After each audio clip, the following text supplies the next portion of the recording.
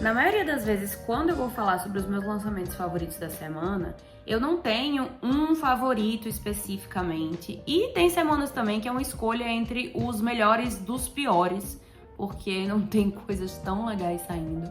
Porém, algumas semanas especificamente, tem algo que se destaca um pouco mais pra mim. Eu fico muito feliz quando isso acontece e foi o que aconteceu essa semana. Essa semana tivemos lançamento do Fifth, eu não sei exatamente como pronuncia, acho que é V, não sei, que é o quinto álbum de estúdio do Keep Shelling Athens, uma banda que eu conhecia pouquíssimo. Eles têm uma música que fez sucesso, fez números na internet, mas na verdade é um cover do Blue Oyster Cult que eles lançaram em 2019, de Don't Fear the Reaper. E várias pessoas falaram muito bem desse cover, muitos gostaram, pessoas que habitam os fóruns, que é onde eu também habito na internet. E agora quando eles lançaram o álbum, eu falei, deixa eu dar uma conferida nisso aqui, prestar mais atenção. E eu gostei bastante. É uma banda que eu não vi muita gente falando essa semana também. Todas as informações que eu peguei pela internet foram, tipo, Reddit e outros lugares similares, SoundCloud, Bandcamp, por aí. Mas eles com certeza se destacaram na minha playlist e nas minhas andanças pelos lançamentos da semana. Uma coisa que eu acho legal sobre a banda é que eles têm umas frases de efeito, assim, que eles usam pra se descrever ou se caracterizar. Tipo, agora no lançamento desse álbum, eles colocaram, não lembro se foi no site deles, no Bandcamp, em algum lugar, que era o tipo de trabalho pra você ficar por um tempo, como se fosse um lugar e curtir aquilo, e não só algo pra você escutar e passar direto. E eles também usam na bio deles do Instagram uma citação do The Guardian sobre o trabalho deles, falando que eles fazem você ficar feliz de estar triste, algo do tipo. Então assim, eles gostam dessa coisa dramática das frases de efeito.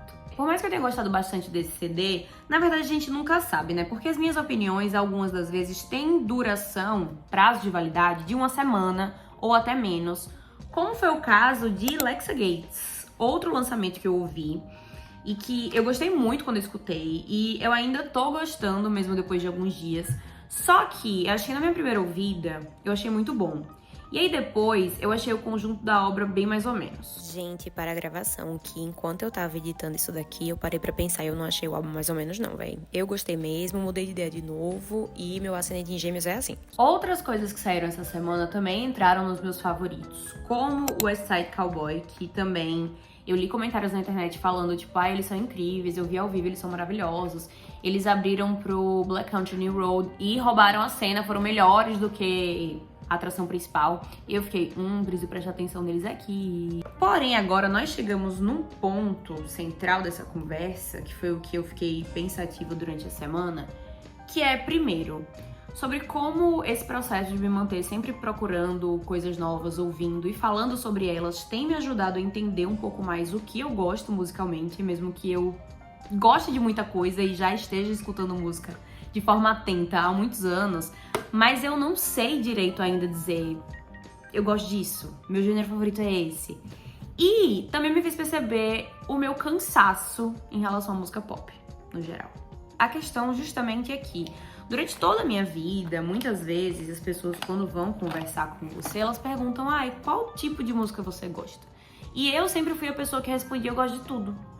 O que não é mentira, porque eu realmente acho que se a música for boa, eu vou gostar, independente de qualquer coisa. Só que eu também nunca sabia direito dizer o que é que fazia uma música ser boa pra mim.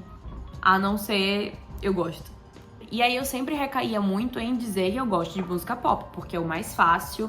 Eu sempre cresci nesse meio de divas pop, eu tenho o meu art pop tatuado, então não dá pra fugir.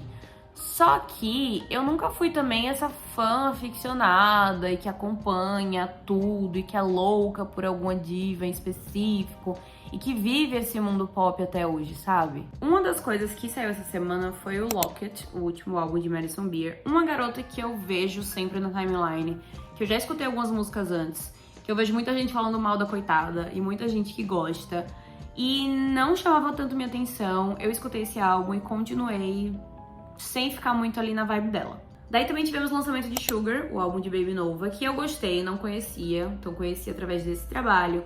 Achei legal, mas não me imagino escutando isso todos os dias da minha vida. Outro que eu também gostei foi o Visions, de Alice Merton.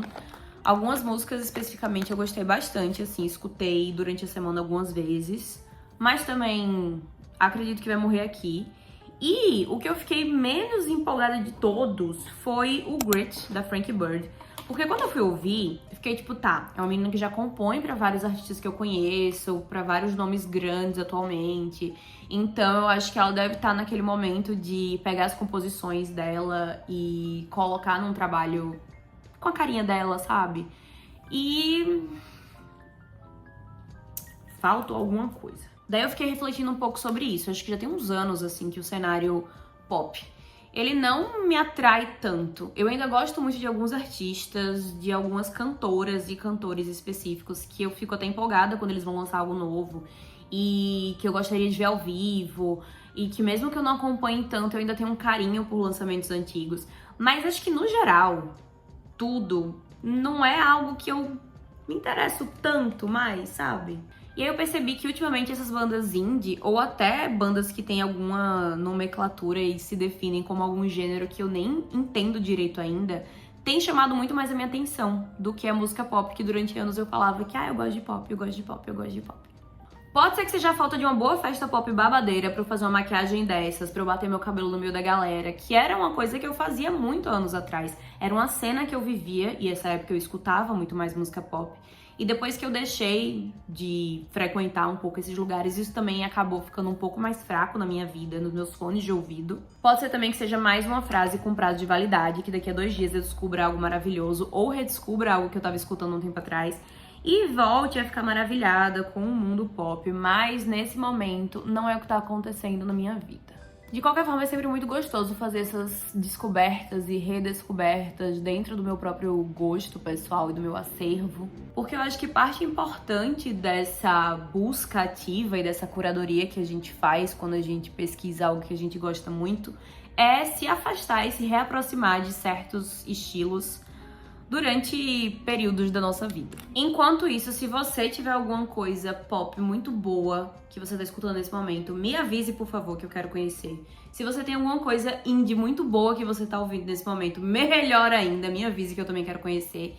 E eu falei dos melhores lançamentos da semana, na minha humilde opinião, na minha newsletter, que você pode ler, vai estar em algum lugar aqui na descrição, em algum lugar dessa internet. Lembrando que todas essas opiniões têm um prazo de validade curto, sim, porque às vezes eu escuto uma coisa, daqui a pouco eu não gosto tanto mais, mas o que importa é sempre isso, né? Se manter curioso e alerta, e indo atrás e ouvindo coisas.